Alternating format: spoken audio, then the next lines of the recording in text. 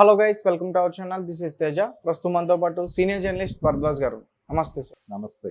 So Madhavilatha ఈ మధ్య కాలంలో ఎక్కువగా పేరు బాగా బయట వినిపిస్తుంది. అండ్ రీసెంట్గా బీజేపీ పార్టీ తరపు నుంచి కూడా ఎంపీగా పోటీ చేయబోతున్నారంటూ కూడా కొన్ని వార్తలు అయితే వెలుగులోకి వచ్చేసాయి. అండ్ ఆమె పాత బస్తీ గురించి మాట్లాడుతూ అక్కడ అభివృద్ధి లేదు, అక్కడ నాయకులందరూ కూడా దోచేసుకుంటున్నారు, తినేస్తున్నారంటూ మాట్లాడింది. అండ్ రీసెంట్గా ఓవైసీ అసదుద్దీన్ గారు అతను అభివృద్ధికి మేము ఎలాంటి అడ్డం చెప్పం, ఇక్కడ మెట్రోలు వేయండి, అభివృద్ధి చేయండి అని రేవంత్ గారి సమక్షంలో కూడా మాట్లాడడం జరిగింది. సో వాళ్ళిద్దరి మధ్య పోటీ ఏర్పడే అవకాశం ఉందా? విభేదాలు ఏమైనా జరుగుతున్నాయా? సో పాత బస్తీలో అభివృద్ధి అనేది ఆవిడ ఎజెండా అంశంగా మాట్లాడుతోంది మాధవీలత గారు. ఆవిడకి అభ్యర్థిత్వం ఖరారైపోయింది. బీజేపీ క్యాండిడేట్గా ఆవిడ పోటీలో ఉన్నారు. ఇప్పుడు అసదుద్దీన్ ఎట్టి పరిస్థితుల్లోనూ ఓడించి ఇంటికి పంపించేస్తానని బలంగా మాట్లాడుతోంది ఆవిడ. ప్రచారంలో ఉన్నారు వాళ్ళు.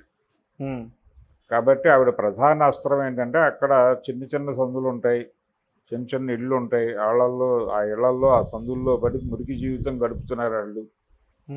రోడ్లు వైడెన్ చేయడానికి వాళ్ళు అంగీకరించరు, ఫ్లైఓవర్లు వేయటానికి వాళ్ళు అంగీకరించరు, మెట్రో రైలు వేయటానికి వాళ్ళు అంగీకరించరు అని చాలా కాలంగా గొడవ ఉంది. దాన్ని ఆవిడ కొంచెం గ్లోరిఫై చేసి అటాక్ చేస్తాం.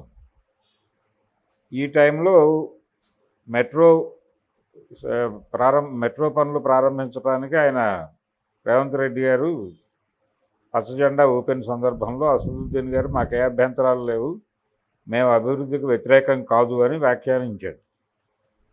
అంటే మాధవీలత గారు చేస్తున్నటువంటి ఆర్గ్యుమెంట్కి సమాధానంగా అసదుద్దీన్ ఓవైసీ ఆ మాట అన్నాడా అనేది ఇప్పుడు బయట మాట్లాడుకుంటున్నారు. కానీ అసలు అవేమీ కాదు విషయం. ఇప్పుడు ఆవిడ గొడవ ఏమిటి? అక్కడ చిన్న చిన్న సందులు, రోడ్లు వైడనింగులు ఉండవు, ఆ చిన్న చిన్న ఇళ్లలో బతుకుతూ ఉంటారు వీళ్ళు.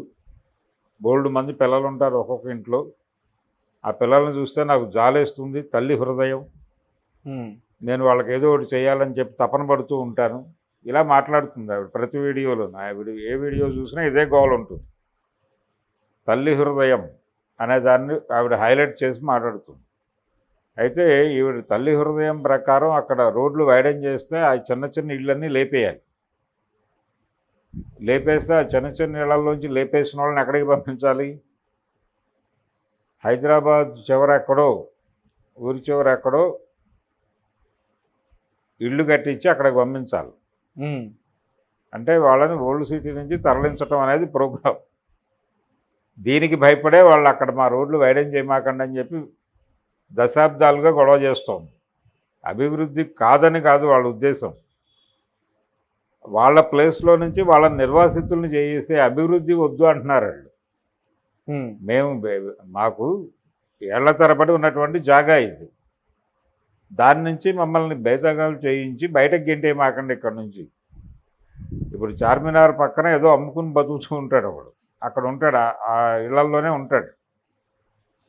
రేపు అది ఆ రోడ్డు వైడెన్ చేసి ఆ ఇల్లు పీకేసి వాడిని ఎక్కడో హయత్ నగర్ అవతల ఎక్కడో పంపించేశారనుకోండి, అక్కడి నుంచి వచ్చి చార్మినార్ దగ్గర వ్యాపారం చేసుకోవాలంటే కష్టం కదా. కాబట్టి వాళ్ళ రోజువారీ జీవనం దీంతో ముడిపడి ఉంది. వాళ్ళు నివాసంతో పాటు రోజువారీ జీవితం కూడా అక్కడే ముడిపడి ఉంది. ఈ మొత్తాన్ని డిస్టర్బ్ చేసేసి ఇక్కడికి అభివృద్ధి పేరుతో వీళ్ళందరినీ పీకి అవతలకు పారేస్తాం అనేది ప్రోగ్రాం.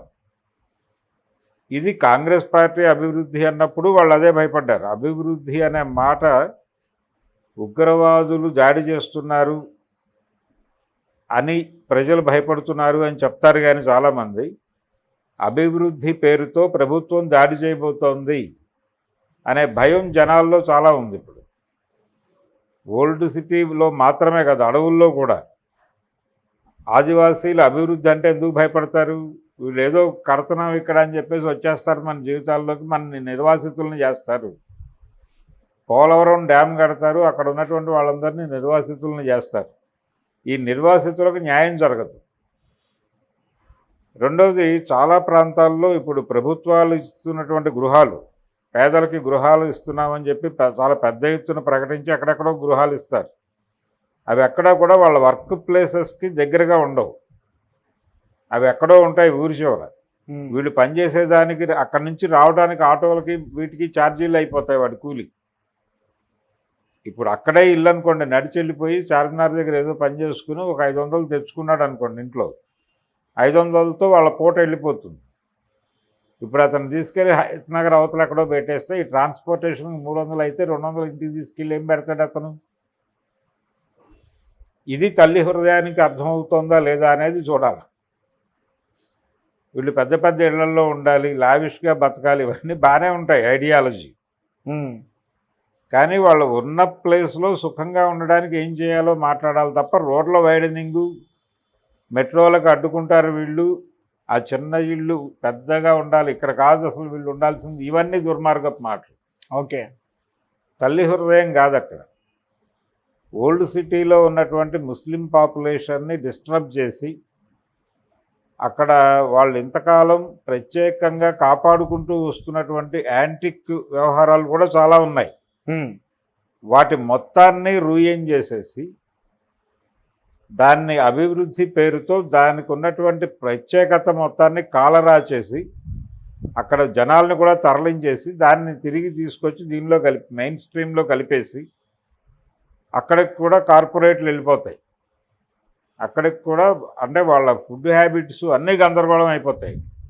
వాళ్ళని ఉంచరు అక్కడ గెంటేయటం కోసం. ఓల్డ్ సిటీలో ఉన్నటువంటి ముస్లిం సామాజిక వర్గాన్ని అక్కడి నుంచి గెంటేయటం కోసం చేస్తున్న ప్రోగ్రామ్గా వాళ్ళు ఎప్పుడు అభివృద్ధి అన్నా కానీ అడ్డుపట్టడానికి కారణం అది. దీన్ని అర్థం చేసుకోకుండా తల్లి హృదయం తండ్రి హృదయం అని చెప్పి ఆవిడ సెంటిమెంటలైజ్ చేసే విషయాన్ని, అసలు వీళ్ళకి ఏమాత్రమూ తెలియదు, కనీసం ఇంగితం లేదు. అభివృద్ధి వద్దంటారేంటి? మేము ఎంత అభివృద్ధి చేస్తాం, మోడీ గారు ఎంత చేస్తున్నాడు, ఇవన్నీ మాట్లాడుతుంది ఆవిడ మాధవీలత. అయితే అసదుద్దీన్ మెట్రో ట్రైన్ గతంలో రూట్ మార్చారు. ఓల్డ్ సిటీ నుంచి వెడుతున్నటువంటి రూట్ని ఆయన మాట్లాడిన మేరకు రూట్ మార్చిన మాట వాస్తవం ఆ రోజున. ఇది మొదటి విడత మెట్రో డిజైనింగ్ అప్పుడు. ఇప్పుడు ఆయన మెట్రో సేవలు కొంత ఓల్డ్ సిటీ వాళ్ళకు కూడా ఉపయోగపడే పద్ధతిలో డిజైన్ అట్నుంచి వెళ్ళినా పెద్ద ప్రమాదం కాదు అన్న పద్ధతిలో మాట్లాడాడు. రేవంత్ రెడ్డి సమక్షంలో మాట్లాడాడు. దానికిను మాధవీలత గారి గోలకి సంబంధం లేదు. ఆవిడ చేస్తున్నటువంటి వాదనకి భయపడిపోయి అన్నమాట కాదు. అభివృద్ధికి ఎందుకు మేము వ్యతిరేకిస్తున్నాం అనే దానికి వాళ్ళు చాలా కాలంగా ఆర్గ్యుమెంట్ చెప్తూనే ఉన్నారు. ఈ రోజున కొత్తగా చెప్పక్కర్లేదు. వాళ్ళ ప్రధాన భయం అక్కడి నుంచి వాళ్ళ మొత్తాన్ని నిర్వాసితుల్ని చేస్తారు అనేదే భయం. దానికి సమాధానం చెప్పగలిగితే అభివృద్ధికి వాళ్ళు అనుకూలమే. దానికి సమాధానం చెప్పే పరిస్థితుల్లో ఏ ప్రభుత్వమూ లేదు. నిజంగానే పాత బస్తీలో చాలా చిన్న చిన్న సందులు ఉంటాయి. పాత డిజైన్ అది, పాత నగర నిర్మాణ వైఖరి అలాగే ఉంటుంది. ఏ ఊళ్ళో అయినా సరే అదే పరిస్థితి ఉంటుంది. ఇప్పుడు విజయవాడలో కూడా ఓల్డ్ సిటీ ఉంది, 1 టౌన్ అంటారు. అక్కడ రోడ్లు చాలా చిన్నగా ఉంటాయి. దాన్ని ఎందుకు వైడెన్ చేయరు? ఆ మొత్తం ఇళ్ళు పీకేసి వైడెన్ చేయొచ్చు కదా, 6 వే వేయచ్చు కదా. ఎక్కడికి వెళ్ళిపోతారు వాళ్ళందరూ? ఇది ప్రశ్న. అందుకని ప్రజల్ని నిర్వాసితులను చేయటం కోసం అభివృద్ధి పేరుతో దాడులు చేసే పని మాత్రం చెయ్యొద్దు అని అంటున్నారు వాళ్ళు. అంతే తప్ప అభివృద్ధికి వ్యతిరేకమేం కాదు. ఓకే, మాధవీలత గారు ఎట్టి పరిస్థితుల్లోనూ అసదుద్దీన్ మీద గెలిచే పరిస్థితి అయితే లేదు అక్కడ. ఓకే, ఆవిడ సీరియస్గా కంటెస్ట్ చేస్తున్నారు కానీ ఓడిపోతారని నేనైతే బలంగా నమ్ముతున్నాను. అంటే ఓడిపోవడానికి కారణాలు ఏంటో తెలుసుకోవచ్చా? ఆవిడ తల్లి హృదయంతో మాట్లాడుతున్న మాటలన్నీ కూడా వాళ్ళు అంటే ఆవిడ చేస్తున్న సహాయాలు స్వీకరిస్తున్నారు. కానీ ఆవిడ చెప్తున్న మాటల వెనకాల ఉన్నటువంటి అసలు విషయం కూడా వాళ్ళకి అర్థమవుతోంది. అందుకని ఆవిడతో మంచిగా ఉంటారు కానీ ఆవిడని తమకి నాయకురాలుగా ఎన్నుకుని అంటే వాళ్ళకి రోజువారీ వాళ్ళ జీవితాలు వాళ్ళ కల్చర్కి వీటన్నిటికీ కూడా రోజువారీ సమస్యలకి ఏదొచ్చినా సమాధానం చెప్పి తమ కమ్యూనిటీ లీడర్గా నిలబడాల్సిన వాడు అసదుద్దీనే.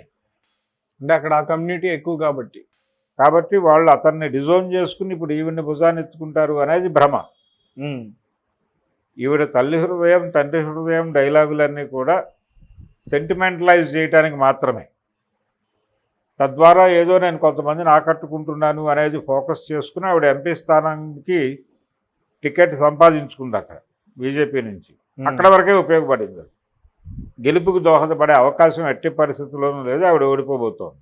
Okay sir, thank you so much. Thank you.